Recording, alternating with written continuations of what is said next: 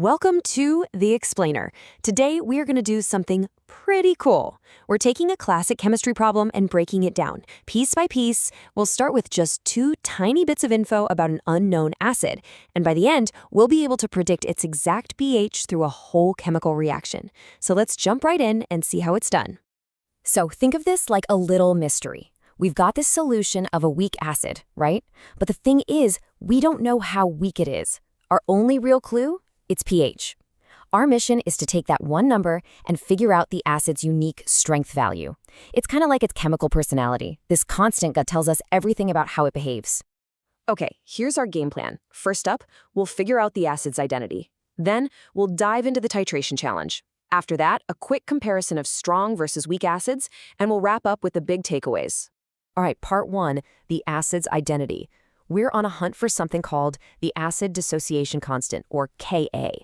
You can think of it as a chemical fingerprint. It tells us exactly how strong, or, how weak, our acid really is. So here's our starting data, the acid's concentration and its pH. Doesn't look like much, does it? But believe it or not, these two numbers are literally the only keys we need to unlock this whole thing. And we're going to follow a simple three-step recipe. First, we take that pH and turn it into the hydrogen ion concentration. Then, we'll set up what's called an ice table. It's just a simple way to keep track of the initial amounts, the change, and the final equilibrium amounts. Super handy. And for the last step, we just plug those final numbers into our Ka formula. Easy enough, right? And there it is, 4.3 times 10 to the negative fourth. That is our acid's fingerprint, its Ka value. That little number tells us for sure. Yep, this is a weak acid. Now, make sure you remember this value because we're going to need it for the next part of the challenge. Okay, moving on to the titration challenge. This is where things get interesting. We're going to take our newly identified weak acid and start slowly adding a strong base, sodium hydroxide. The real goal here is to predict exactly what the pH will be at three very specific key moments in this reaction. So what even is a titration? Well, the main idea is actually pretty simple. You're just adding a solution you know everything about, that's our base, to a solution you're trying to figure out, our acid. By keeping a close eye on the changes, we can pinpoint the pH whenever we want. All right, checkpoint number one, we've added just a little bit of base.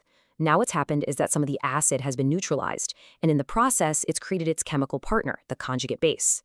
So now we have this mix of the original acid and its partner, and that creates something really special called a buffer. Think of a buffer like a shock absorber for pH. It's designed to stop the pH from swinging around wildly. And because we're in this awesome buffer zone, we get to use a secret weapon, the Henderson-Hasselbalch equation. Yeah, I know, it sounds a little intimidating, but trust me, it's basically a shortcut that makes calculating the pH of a buffer ridiculously easy.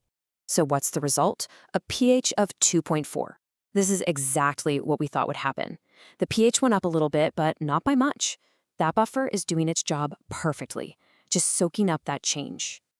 Okay, now for a really critical moment. This is the equivalence point. We have added just enough base to completely 100% neutralize all of the acid we started with. Everything is perfectly balanced. So here's the million-dollar question. What's the pH? Go on, take a guess. A lot of people's gut instinct is to say 7, right? Neutral. But is that correct? Nope, it's kind of a trick question. The solution is not neutral. And here's why. Remember that conjugate base we made, the nitrite ion? Well, that little guy is a weak base itself. So even though the original acid is totally gone, its ghost is still hanging around, and that ghost is a base pushing the pH up. And the mass proves it. The pH is 8.1. That's clearly basic, well above 7. This is the classic signature, the hallmark of a weak acid being titrated with a strong base. It's a dead giveaway. And now for our last stop on this journey, we're going to blow right past that equivalence point. All the acid's gone, so now we're just dumping extra strong base into the mix. We are officially in the excess base region. You know what's funny? The math here actually gets easier. Remember that little ghost of the weak base? Well, it's totally drowned out by now. The only thing that matters for the pH is all that extra powerful strong base we've been adding. And look at that pH. It's shot all the way up to 12.7. Super basic, which makes perfect sense, right? It's just a direct measurement of all that leftover strong base sloshing around in there. Okay, let's wrap this up with a really important what-if question. What if we did this whole experiment over again, but this time with a strong acid? How would things be different? This comparison tells you everything. With a strong acid, the pH would start lower and stay lower. At that critical equivalence point, it would be exactly 7.0, perfectly neutral. Why? Because a strong acid doesn't leave behind a weak base ghost to mess things up.